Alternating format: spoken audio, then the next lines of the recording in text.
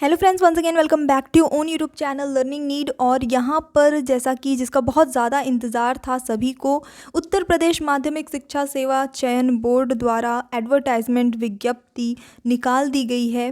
जारी कर दिया गया है टीजीटी एंड पीजीटी की वैकेंसीज़ को लेकर। हालांकि आज सुबह के न्यूज़पेपर में भी ये न्यूज़ थी, बट अभी ऑफिशियल वेबसाइट पर इसकी जो है एडवर्टाइजमेंट आ चुकी है। तो चलिए इसको देख लेते हैं। हम यहाँ पे ऑफिशियल वेबसाइट से डायरेक्ट देख रहे हैं, सारी चीज़ों को समझेंगे, मेन जो पॉइंट्स है वही समझेंगे। बाकी एडवर्टाइजमेंट बहुत लंबा है, आप चाहें तो डाउनलोड करके आराम से पढ़ सकते हैं पूरा।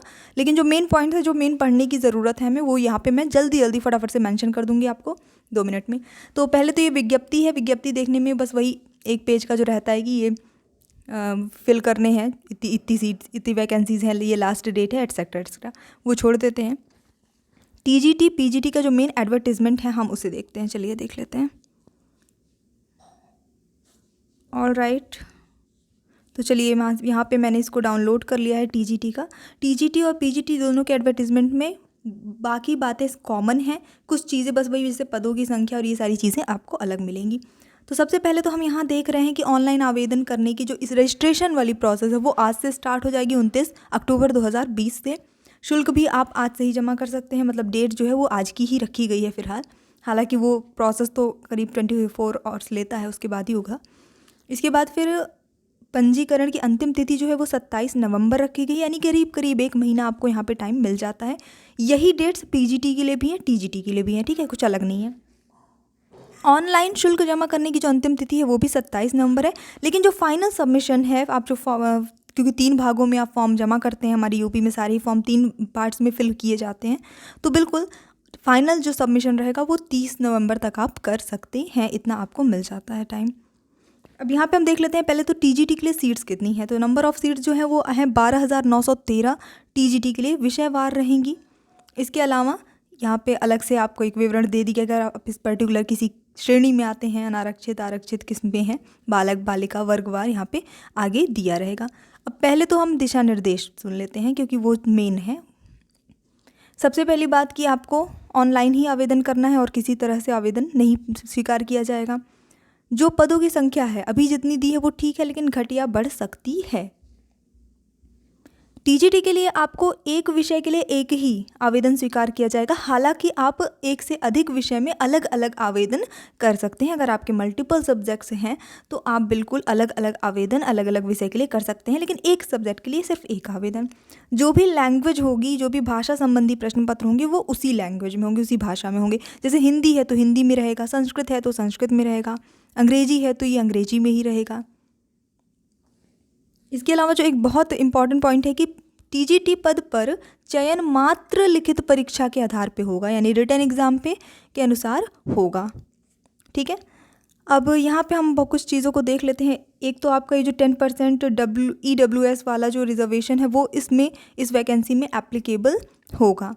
जो आपकी पात्रता है, एलिजिबिलिटी है, वो आवेदन करने की अंतिम तिथि, यानी वही जो आपका 27 नवंबर रहेगा, उसके पहले कंप्लीट हुई होनी चाहिए। आज नहीं कंप्लीट है तो कोई बात नहीं, लेकिन 27 नवंबर के पहले आप एलिजिबल हो जाने चाहिए, ठीक है। और जो मेन हमारे लिए काम की चीज़ है यहाँ पे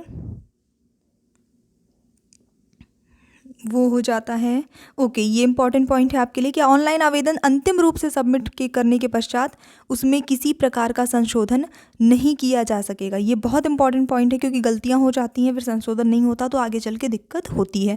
तो बहुत ही केयरफुली फॉर्म फिल करना है, कोई भी संशोधन नहीं किया जाएगा।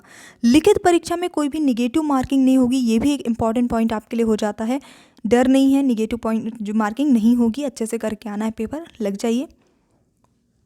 फिर बाकी है, अगर कोई फॉर्म भरने में कठिनाई वगैरह आ रही है तो नंबर एक जो कभी लगता नहीं है वही वाला नंबर दिया है, आप इसमें जो है संपर्क कर सकते हैं। खैर ये सारी चीज़ें छोड़ देते हैं, मेन जो चीज़ें देखेंगे कि शुल्क कितना लग रहा है, वो तो मेन चीज़ है। यहाँ पे पूरी प्रक्रिया बताया है फॉर्म भरने की, कि पहले रजिस्ट्रेशन, फिर भुगतान, फिर ये सारी चीज़ें। अब देख लेते हैं शुल्क कितना लग रहा है इसमें। सामान्य वर्ग हैं तो उनका आवेदन शुल्क जो है 700 रुपये है। बाकी ऑनलाइन प्रक्रिया के 50 रुपये लग जाते हैं, आपको पता ही है, तो 750 करीब पड़ जाएगा। EWS में आते हैं तो 400 रुपये लगेंगे। OBC वर्ग का भी वही है जितना सामान्य का फ़ीस है, 700 रुपये। अनुसूचित जाति के लिए 400 फीस रखी गई है, जो कि EWS के लिए भी है। अनुसूचित जनजाति के लिए 200 रुपये शुल्क रखा गया है। ठीक है। इसके अलावा स्वतंत्रता सेनानी जो या फिर सेनानी आश्रित हैं, तो जो भी उनकी श्रेणी है, अगर वो सामान्य में आते हैं, वो आप अन्य पिछड़ा में आते हैं, ये जो भी आते हैं 1 से 5 तक, ये देखिए इसी के अनुसार उनका जो है फीस लगेगा। भूतपूर्व सैनिक हैं तो भी इसी के अनुसार उनका फीस लगेगा, कुछ अलग से नहीं है। महिला हैं तो भी इसी के अनुसार उनकी फीस लगेगी। ठीक है। और अगर दिव्यांग हैं, यहाँ पे विकलांग शब्द का यूज़ हुआ है, दिव्यांग है तो जो भी मूल श्रेणी के निर्धारित शुल्क का आधा लगेगा। अर्थात समझ लीजिए कि कोई दिव्यांग है जो सामान्य वर्ग से है तो 700 की जगह उसका 350 रुपये शुल्क लगेगा। ये आपका टीजीटी का बता रहे हैं जो मेन चीज़ें हैं। बाकी फिर फॉर्म वगैरह सबमिट करने का जो यहाँ पे पूरा प्रोसेस बताया गया है, इसको थोड़ा सा देख लेते हैं। आयु सीमा, ये बहुत इंपॉर्टेंट हो जाता है आपके लिए। 1 जुलाई 2020 को 21 वर्ष से कम नहीं होनी चाहिए। तो जाहिर सी बात है कि जो टीजीटी का फॉर्म फिल करेगा 21 वर्ष से अधिक का ही होगा। शैक्षिक योग्यता, तो यहाँ पे सारणी में संलग्न है, उसको हम देख लेंगे, मेन चीज़। चलिए आगे देख लेते हैं। अब क्योंकि आपको एग्ज़ाम तो देना पड़ेगा, रिटन एग्ज़ाम, तो वो समझ लेते हैं कि उसका क्या पूरा सिस्टम रहेगा, वो यहाँ पे हम देख लेंगे। तो लिखित परीक्षा जो होगी, इसमें 500 अंकों का एक प्रश्न पत्र होगा जो आपकी सामान्य योग्यता की होगी लिखित परीक्षा। प्रश्न पत्र में कुल 125 प्रश्न होंगे और प्रत्येक प्रश्न जो है 4 अंक के होंगे और अनिवार्य होंगे सारे ही प्रश्न। इसके अलावा तदर्थ शिक्षकों के लिए लिखित परीक्षा जो है 465 अंकों की होगी और हर प्रश्न के लिए 3.72 अंक होगा। समयावधि की बात करते हैं तो प्रश्न पत्र को हल करने के लिए 2 घंटे का समय मिलेगा और सभी प्रश्न जो है आपके मल्टीपल चॉइस क्वेश्चन बहुविकल्पीय रहेंगे, यानी कि 4 ऑप्शंस जो है आपके दिए रहेंगे और वो गोला फिल करने वाला जो है आपका रहता है MR सीट, वही आपको फिल करनी पड़ेगी। इसके अलावा फिर मेन जो आपके काम की चीज़ हो जाती है, ठीक है, ये तदर्थ शिक्षक जो हैं उनके लिए उनके द्वारा कार्य करने की अवधि के आधार पे उन्होंने जितना भी उनका एक्सपीरियंस, उनको वेटेज दिया जाएगा। अगर उनको 1 साल का एक्सपीरियंस, 1 साल उन्होंने काम किया है तो 1 साल की सेवा पर उन्हें 1.75 अंक दिए जाएंगे। अधिकतम ये वेटेज 35 अंक तक हो सकता है, बस उससे अधिक किसी भी कीमत पे नहीं होगा। ठीक है, इसको थोड़ा सा ध्यान रखना है अगर तदर्थ शिक्षक हैं तो लिखित परीक्षा तदर्थ शिक्षक के लिए इतने अंक की होगी, अधिभार 35 अधिकतम मिल सकता है, तो कुल मिला के भी 500 अंक ही उनके बनते हैं पूर्णांक। और नॉर्मल जो तदर्थ शिक्षक नहीं है उनके लिए भी 500 अंक ही पूर्णांक हैं, तो इसको लेके किसी भी तरह की कन्फ्यूज़न नहीं होनी चाहिए। नॉर्मल के लिए 500 है, तदर्थ शिक्षकों के लिए इतना अंक रखा गया है प्लस 35 का वेटेज। अब इसमें जितनी उनकी सेवा रही हो, कहीं ना कहीं उनका लॉस भी है इसमें एक तरह से। चयन हेतु मेरिट लिस्ट जो है वो जारी की जाएगी, मेरिट लिस्ट के आधार पर होगा। ऑल राइट, तो ये बाकी फिर बेसिक चीज़ें हैं। मेन अभी आपको जो एग्ज़ाम कैसा होगा, क्वेश्चन कैसे आएंगे, फॉर्म कैसे फिल होगा एंड फीस कितनी है, पद कितने हैं, ये हमने देख लिया है। पीजीटी में हम देख लेते हैं कितने पद है, ये भी एक बार देख लेते हैं। तो ये आपका पीजीटी का हो जाता है, जिसमें डेट वगैरह तो सारी सेम है, जो भी आपके दिशा निर्देश हैं वो भी सेम है। पदों की संख्या जो है आपकी पीजीटी में सिर्फ 2595 है, तो यानी कि पदों की संख्या पीजीटी में कम है, वो भी विषय वार ही दी हुई है। बाकी जितने भी दिशा निर्देश हमने पिछले उसमें देखे हैं शीट पे, वही है, कुछ अलग नहीं है। जो चीज़ें अलग है हम वो ढूंढते हैं यहाँ पे।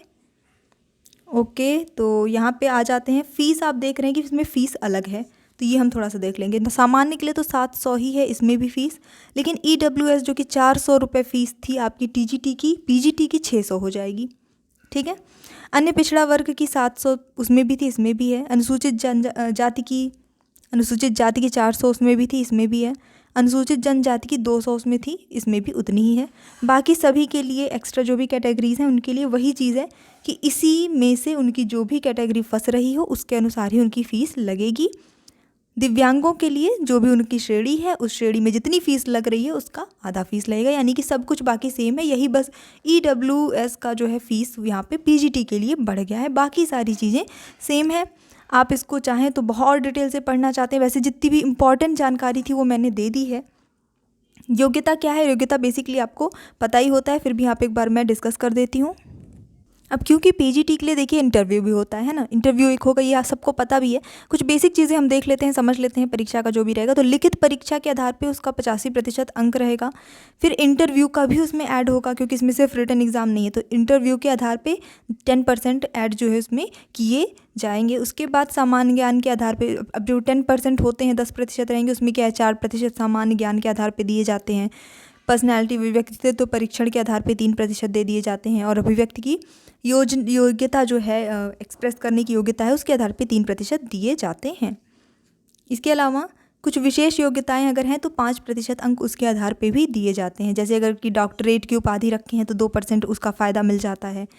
एमएड की उपाधि रखते हैं तो 2% उसका जो है अंक मिल जाता है, आपको थोड़ा फ़ायदा हो जाता है। बीएड अगर है, क्योंकि पीजीटी के लिए बीएड ज़रूरी नहीं है, उस सब्जेक्ट से बस आपका पीजी होना चाहिए, लेकिन अगर आपके पास बीएड भी है तो 1% उसका भी आपको लाभ यहाँ पे मिल जाता है। ठीक है, आपने राज्य की टीम के माध्यम से कोई भी खेल में, राष्ट्रीय स्तर खेल में भाग लिया है तो 1% वो जो खिलाड़ी वाला वो होता है वो मिल जाएगा आपको। तो ये सारी चीज़ें भी इसमें थोड़ा सा फ़ायदा रहेगा। बाकी वही चीज़ें 500 अंक ही रहेगा टोटल।